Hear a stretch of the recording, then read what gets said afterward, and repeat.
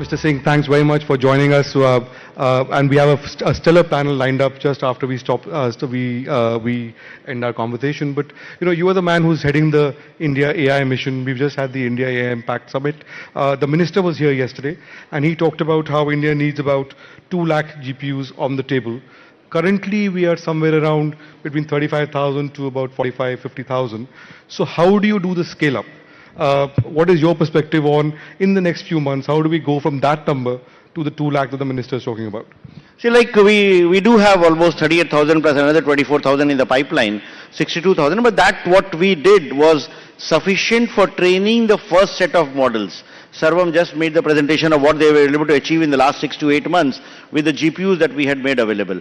But as we move forward and if we have to do inferencing at scale, given the size of our country, even if 100 million to 200 million people, 10 to 20 crore people, if they start using these services for various in healthcare, in agriculture, in education, we will need to upend the back-end infrastructure. That will mean having much larger set of GPUs. So 100 to 200,000 GPUs is something that the minimum that we will need in order to meet the demand of India. So what we are trying to do is that come up with a policy which ensures that we incentivize the private sector to invest into the compute infrastructure. So part of the GPUs will be provided by the private sector, which will be incentivized by the government so that they are able to provide this for the larger AI ecosystem. The inferencing applications in key public sectors like agriculture, education or healthcare will be funded by the government in many ways. And then for strategic sectors, for we use in defense and for use in strategic sectors, we will need to set up our own GPU infrastructure within the government data centers. So, Mr. Singh, you oversee the India AI mission. You're also the DG for the National Informatics Center. You oversee emerging technologies, cybersecurity, digital skilling. So you really have a big picture view of the AI ecosystem. One of the things that we've been talking about in the last few weeks is about the idea of sovereign AI, right? That why we need to have indic models and all of those things. The question is that in a world of, say, black box global models, now while the need for sovereignty in AI is paramount, what happens when the global models actually, for users, turn out to be more useful or better than the indic models? How do you address that kind of challenge till the time we reach that scale? See, that's in the short term, because even if you look at the global models, if you look at where they have evolved, for example, even if you look at ChatGPT, what they were at 3.0, what they are 4.0, 4.2 and what the 5.2. The models have evolved. The amount of hallucination that you used to see is much lesser. The pace at which models are evolving and the pace at which models are becoming better, and they become better with usage. So more and more Indians using it, more and more people across the world using it, the models become better. So Indian models, Sarvam or Indus, which has been launched, and some more which are in the pipeline, the more we start using it, the more we start using it in Indian languages, the more we start using it in Indian context, they will become better versions of what they are. And currently also in many Indian language parameters and benchmarks, the Sarvam's model has performed way better than any of the top models that we are talking about. So I'm fully confident that we will be able to, our models, Indian models, the sovereign models will be able to compete with the best.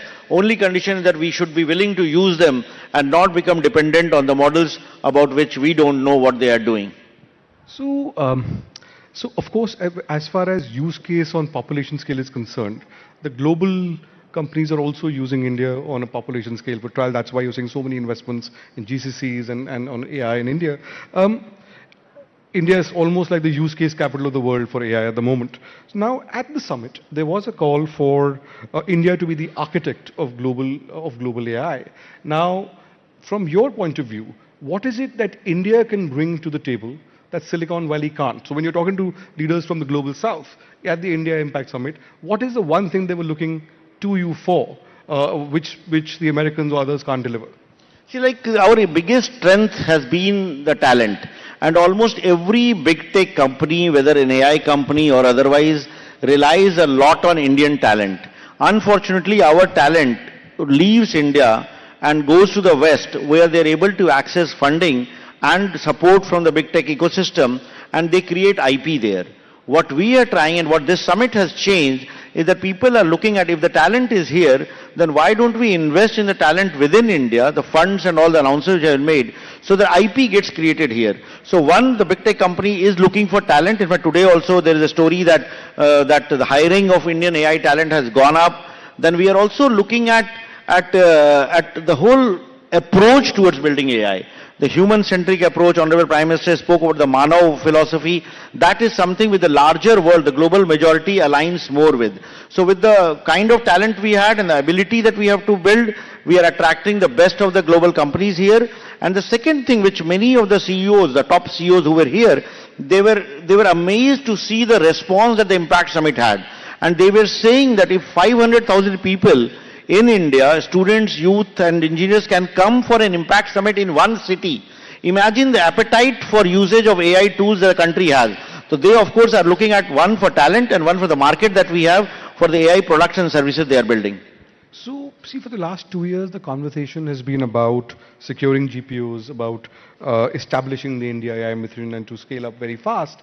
Now that the hardware is actually, mission is operational, now the hardware is landing, we are scaling up.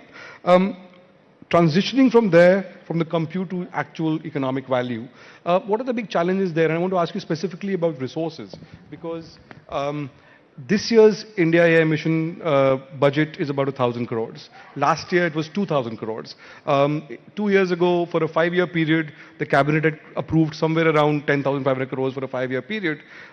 When we are talking about India AI mission 2.0, what will that look like and what will that cost? Or what should that cost? Yeah. See, like, I would say that we should not look into these budgetary figures of 1,000, 2,000 crore because these are money which the government is allocating. But the way we have approached the implementation of the project, of the AI mission, like for example, the 38,000 GPUs which have been set up, they have not been procured by the government. Had we procured it, it would have cost around 20,000 crores. But we came out with a strategy in which we incentivized the private sector to invest into the compute infrastructure. So actual compute expenditure has been in excess of 20,000 crores. And then we also have looked into the investments that other companies are making. Like at the summit only, we heard investments of $250 billion plus. Google announced an investment of $15 billion in data center. So all of it is actually going into the investment into AI ecosystem. Very often we make the mistake of comparing government's expenditure with what we hear in the West. For example, OpenAI says $500 billion target. But that target investment is not the US government investment. That is the private sector investment, and actually some of this target investment will also come into India. So our investments are no less compared to what's happening elsewhere. And number two, from the government side, for the public services, for the inferencing, for the 200,000 GPUs, we have a commitment of the government that whatever funding is required, we will be able to get that. So I don't see that as an obstacle or a hurdle in realizing our AI dreams. Right. So let me push you a little bit on this. I understand the point about state funding versus private funding, and you're absolutely right on that. But in terms of the wider ecosystem of funding, fundamentally developing AI is hugely costly, right? So where does India stack up in vis-a-vis the Chinese or the Americans right now, in your view, for the wider ecosystem as a whole in terms of resource allocations? And secondly, the AI for all vision was endorsed by about 90 countries at the summit. You were there. When you looking for realities for the global south, what is the one big thing from India which can go global in the way that UPI did, or we have now agreements with several countries on UPI? So from an AI point of view, what is the one big thing that you think will have real legs with the global south at the moment for taking out of India to other countries? See, like when the countries of global south they look at India as a trusted country and a country which has used technology for implementing large-scale digital transformation projects which have been scaled up. So whether it's our identity project or whether it's our payments project or the DigiLocker and the other Diksha, the whole digital public infrastructure. So the whole global south looks up at India as a leader in providing these services. So the natural conclusion is that when it comes to AI and the way India has implemented AI solutions and given our AI skills and talent that we have, there's a lot of trust of the countries of global south in looking at India as a trusted partner for providing AI solutions. And if you look at the declaration that was signed by 92 countries now, other countries also have joined in, Colombia, Costa Rica, Guatemala in the last few days. So it brought together the entire, in the current state of geopolitics, getting the United States, China, Russia, Brazil, European Union, UK, all of them come on one table and agree to a draft. It required a lot of effort. It required burning the midnight oil, but our teams were able to do that. And the same follow-up when countries are looking at adopting AI, the way India has approached AI, the way India is trying to use AI for solving societal problems, the way we are using AI for farmers, the way AI for healthcare, there's a lot of belief and trust in the global south countries that this will happen. In fact, one of the working group recommendations about setting out the MeitY as the common compute infrastructure, just like we have made GPUs available, affordable to all, there is a proposal in the working group recommendation to set up a common facility that can service the global south. So that's what the countries, the global south are looking at. Right. On that note, let's expand the conversation and bring the panel on stage. May I invite Shashi Shekhar Vempati, co-founder, Deep Tech and Bharat Foundation, AI4India.org, Spiros Magaris, venture capitalist and founder, Magaris Ventures, Dr. Nagendra Nagaraj, founder, CEO and chairman, QPI AI, and Sunil Gupta, co-founder and CEO, Q&U Labs. Thank you very much, gentlemen, and welcome to this conversation.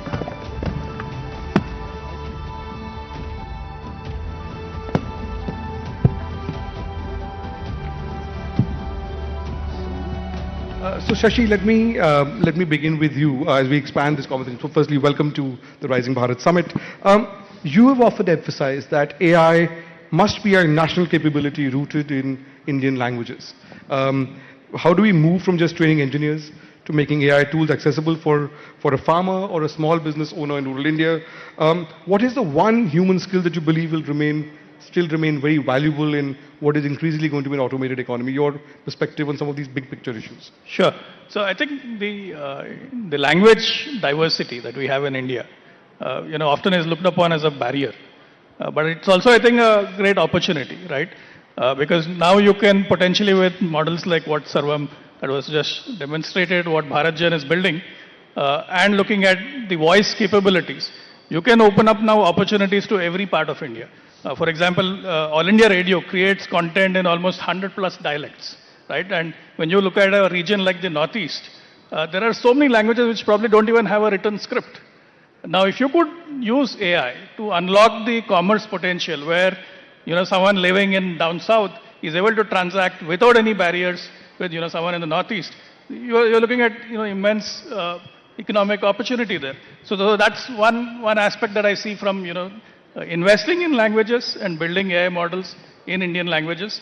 Of course, to the question of, what human capability can be augmented with AI, I think one of the most important things is going to be the very Indian sort of innate, intrinsic, traditional knowledge.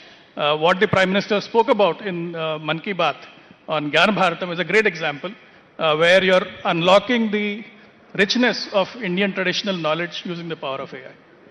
Also, as we go forward, increasingly our memories itself change, right? I mean, increasingly what is recorded is what AI is kind of put forward. So it's very important to record all of that and putting Indian knowledge on that. Let me ask you, Spiros, from a VC's perspective, Yes. India has sort of privileged innovation over restraint in many ways. So when you compare the ecosystem in India with the ecosystem in, say, Europe, which is in a regulatory, from a regulatory perspective, a lot more rigid, where do you see India in the global firmament from where you sit as a VC? I mean, I'm globally. We have office in California, with in Saudi Arabia. I don't really compare India with Europe. I think India has its own place. But it's not America yet. And that also has to do something with the perception that it's very hard to invest unless you have you're based here. Mm-hmm. And I think from what my experience, just because the Indian people, extremely polite. I mean, this was a very beautiful experience I had here. And modesty, I tell all my startups, modesty is a very bad thing.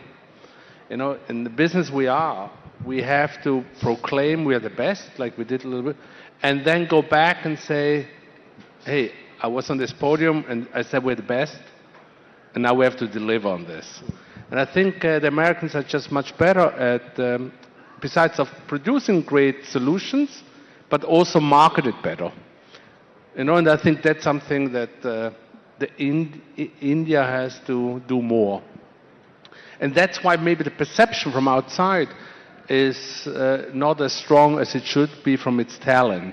But if you look to America of the consequences maybe of immigration, of talent, and the leadership of Indians as CEO roles, you can tell, you should imply from this that there's so much talent here that India should one day, and I hope, and I think not because I'm here now, it's probably closer than later, play on the same level like America and China, you know.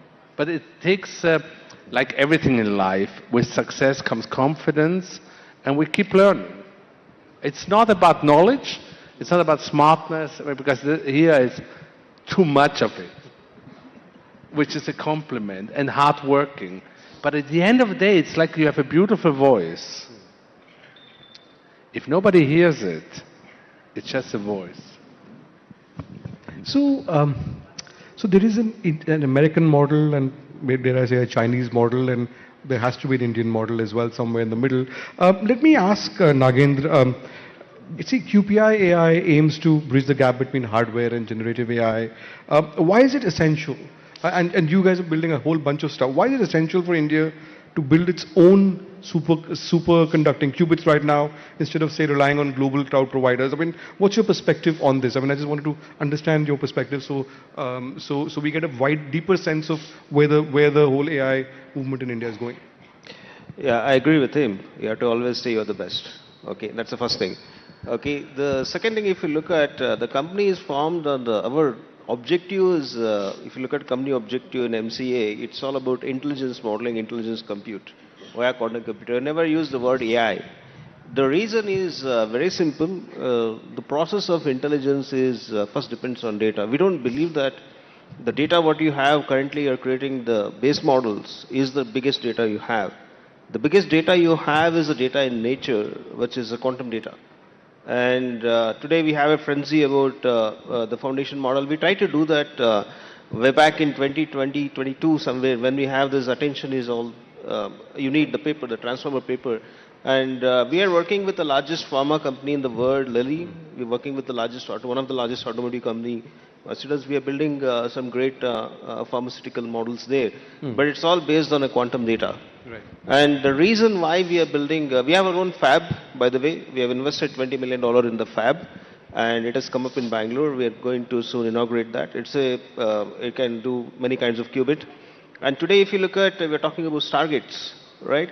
So what you're going to do with Stargate is you have this data, digitized data, you're going to feed it, and you're going to feed it to the computers, GPUs, the silicon, which is worth $500 billion. And let me give a perspective of what it can do and what it cannot do. You have a chemical called chemical, which is formed when plant absorb the fertilizers, right? You can put together all the supercomputer together in the world, will not be able to replicate that reaction. And you have photosynthesis, which has 90% energy efficiency conversion. You can put together all those GPUs together, and by the way, I worked in NVIDIA before this, okay? So you will not be able to replicate photosynthesis. The problem we are solving is really making this happen. In addition to that, we're not stopping at the chip. We are forming something called as Quantum Supremacy Center in Bangalore in a 10-acre land. Okay, we just procured the land, which will have around 100,000 qubit machine, and we will have around 10,000 logical qubits. And you can put Stargate next to QSC, but still we will solve some problem it will not be able to solve. So that's an extent of hardware, software co-integration we are doing. Yeah. So Nagen, you've been like a serial entrepreneur as well as a researcher. So let me ask you, beyond the lab, which sectors is it where we can see the first radical quantum AI breakthrough from where you sit? Is it healthcare, material sciences, finance? What's your perspective on this? Where we likely to see the first real big breakthroughs from a quantum AI point of view? Yes, the first applications will be with nature and wherever you have molecules. Okay, so today we know around 10 power 10 molecules, and in future for sustainability and also something like precision medicine and precision manufacturing with precision material, you do require 10 power 50 molecules. So 10 power 10 molecules, we took around 5,000 years. So I'm talking about all the real problem. I'm not talking about processing a human language and making automation. These are real problems. And it has a huge impact on the humanity. This will have extremely huge impact on humanity. We require 10 power 50 molecules. You don't have 25,000 years for that. So that's where the application of quantum comes. So today we are doing something in pharma. Also, we did work with largest cosmetic company in the world on the chemicals. Okay, so our aim is to, the reason why we're forming this QSC Quantum Supremacy Center in Bangalore, we are investing 1,300 crores there.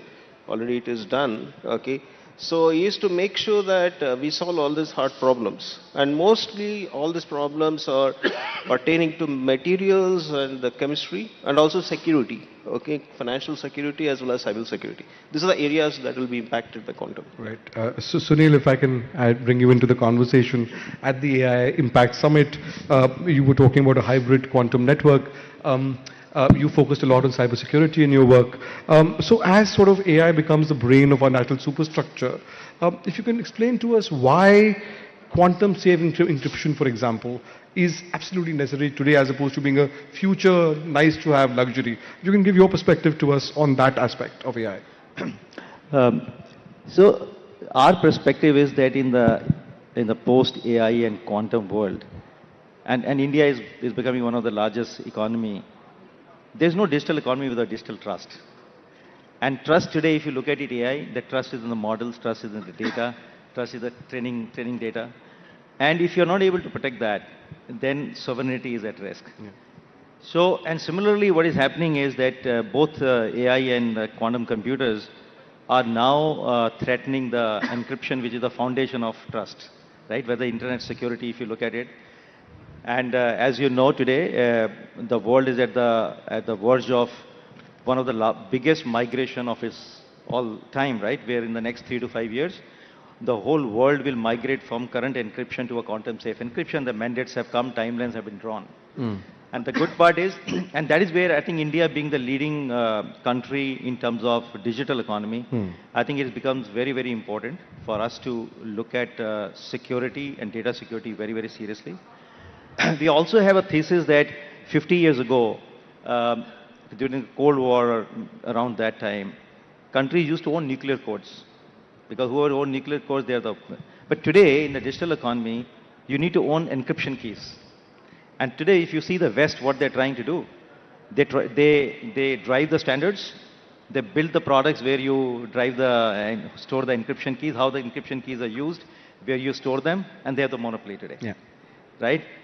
So India has to play, and around 2016 when we started CUNY Labs, idea was take a very forward call that a time will come when, around this time, when India needs to play a much larger role. And if we miss this window of opportunity, then we may have AI, we may have quantum computers and other stuff, but we will not have our sovereignty, right? So Sunil, I come back to you on this, and since on that note on sovereignty, there's been a lot of talk about full stack sovereignty, right? So we are maybe 2, 3, 4 years away from full stack sovereignty, Mr. Singh. So in your view, what is the most critical layer of that stack? Is it chips, is it data, or the models? In your view, how do you see this move towards full stack sovereignty, and when would India be there? Like, I fully agree with them. Quantum capabilities will be required, but if I have to look at only the AI stack, the AI stack, if you look at the 5-layer AI stack has been described by our minister, by Jensen, all of them, we are very much there at the energy level. We have sufficient energy sources to power the AI compute.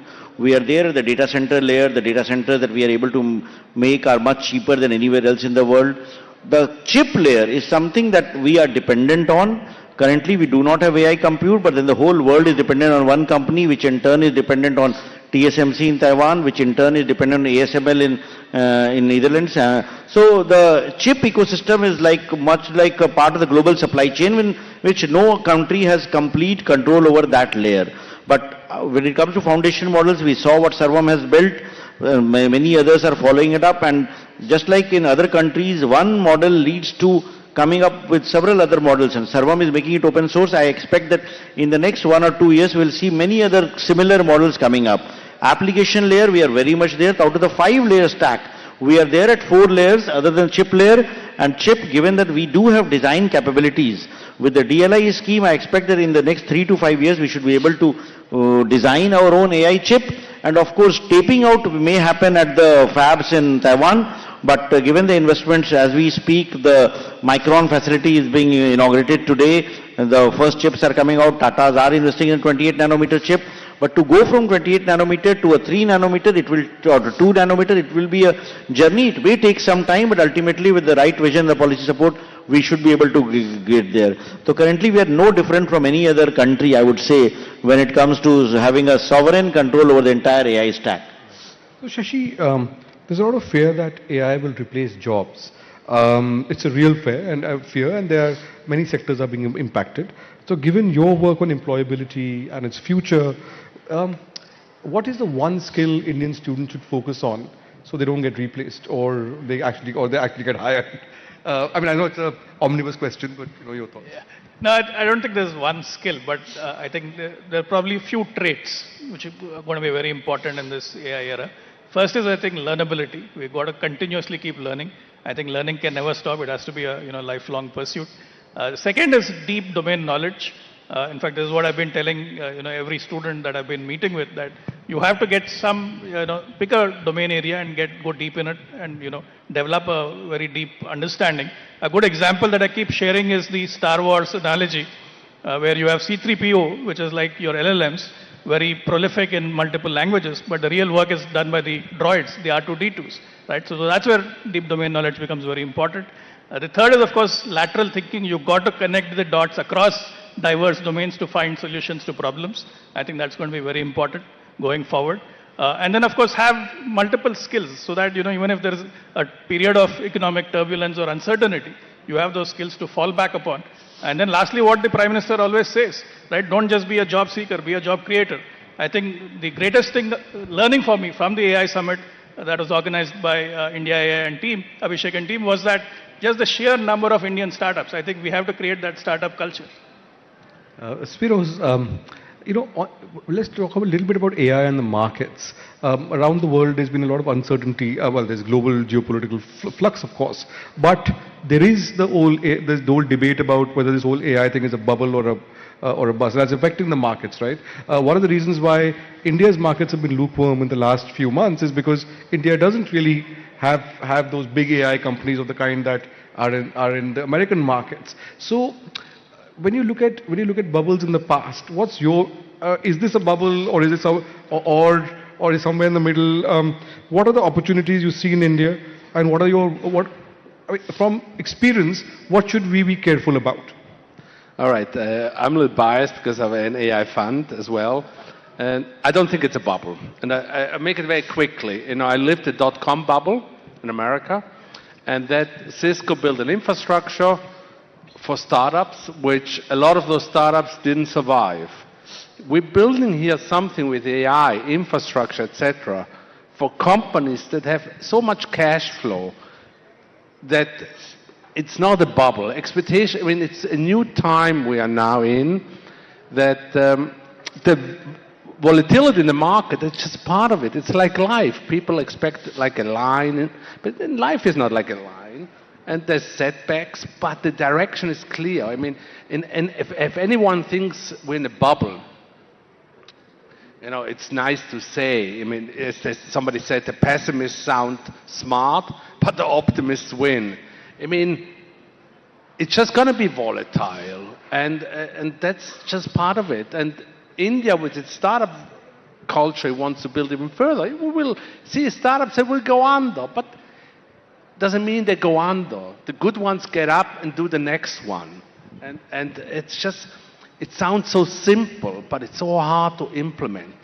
And we are just at the very beginning, and things are moving so fast. And if the smartest guys in the world, the Googles, the Microsofts, you name it, NVIDIA, etc., believe so much in the space. Something is because it's their business, but on the other hand, they put their chips on the table because there will be only few winners out there. And the last thing, optimistic. We all have to become chefs, like in a restaurant. Because the future will be about using different technologies and building cooking a nice So let me meal. ask you a question on this. Shashi's worked in the IT sector. There is a big concern in India at the moment about the IT sector and the impact of AI on that. Infosys, for example, had an AI impact day for investors just this month. The IT services sector contributes is not insignificant part of India's GDP, and there are concerns about that. What is your view on that? With other words, do you think there should be more in it? No, what is your view on how AI will impact the India's services sector? Oh, I could sugarcoat it. It will impact but it impacts the whole world workforce. But I think there will be really a lot of jobs. For instance, just quick, there are a lot of smaller companies that don't have the big consultants who tell them, use Anthropic, use this, use that. So there will be even jobs for translating what's out there for smaller companies. It says, look, you don't have the big consultants, but I can tell you what to do. That's one thing. And second, as I go back to being a chef, maybe those guys think of doing in addition of what they have through AI and say, hey, okay, now coding is not my job anymore, but it's important to understand how to solve a problem for somebody. And then they will use coding indirectly. But I think it would be not good to sugarcoat the situation because nobody would here trust us when we talk. I believe we have to say the truth, but we also have to give a solution for the future, which we also believe. So let me, Nagen, we're running out of time. Your company has worked on Indus, for example, quantum computers. So for the non-technical person, why is having quantum power just as important as having AI compute to make India much more up with the times? If you can explain it to a non-technical audience a little bit. So let me give this example. Like if you want to solve a real problem, see any technology is as valuable as the impact it has, right? So the impact of solving a real problem will be huge in the big country like India. Okay, so quantum computer can focus on some very fundamental problems, like it can solve diseases, it can solve the fertilizer problem of India, which is very important, right? So that's the reason to own up a quantum computer is very important, apart from having in cloud. And also having a sovereign quantum computer is ultimate security. So although I'm not against NVIDIA, I would say that the kind of import we are doing about NVIDIA chips, it's a major part of our deficit, right? So we have our own foundry now, quantum foundry, which we can manufacture the chip, and we have our own data center. As simple as that. I'm not using a jargon like quantum data center, QSC, our own data center where you can do these fundamental discoveries. Our institutes, there are a lot of fundamental research institutes in India which want to depend on this. That gives us ultimate strength as a nation. As simple as that. We are solving an impactful problem, real problem, with real results, which is required for the masses. It impacts our agriculture, manufacturing, population because of healthcare. So that's the reason we need to have quantum computing. Right. So Sunil, final word to you. Is in this brave new world of AI, is sort of we've worked a lot on cyber security. Is quantum security as important now as say cyber security used to be? Yeah, absolutely. The world over, the changes are happening. That's the reason all the regulators are coming in and changing the standards. Good part is that India is world class in quantum communication because we took bet almost a decade ago. Today, even Indian banking, telecom sector, defense, critical infrastructure, everywhere we are doing very, very interesting and very, very serious projects. And I can tell you, all the audiences here also, that we are in the top 3. India today is in top 3 in the world, right, in quantum communication. And globally, we are doing projects, not only India, we are exporting this technology to everyone. And that is the good indicator that the world over, this quantum security is now becoming a necessity, right? And in the next 5 years, so the recent mandates that have come from the regulators, they are saying that if only those enterprises will get AI and quantum secure who start in 2026. If they are not able to start in 2026, they will be left out. Mr. Singh, final word to you. As the CEO of the India AI mission, for the next 6 months to 12 months, so what are your top 3 priorities? See, like the top priority will be to measure up to the expectations that have raised across India and across the world. So while our foundation model will stabilize, what we are going to focus on to at least build 100 population scale applications across various domains and scale them up across India. So that's the target that we are working on, and hopefully we'll be able to achieve that in the next 6 to 9 months. Ladies and gentlemen, a big hand to this panel, to Mr. Singh, and to all the leaders on this panel. Thanks very much.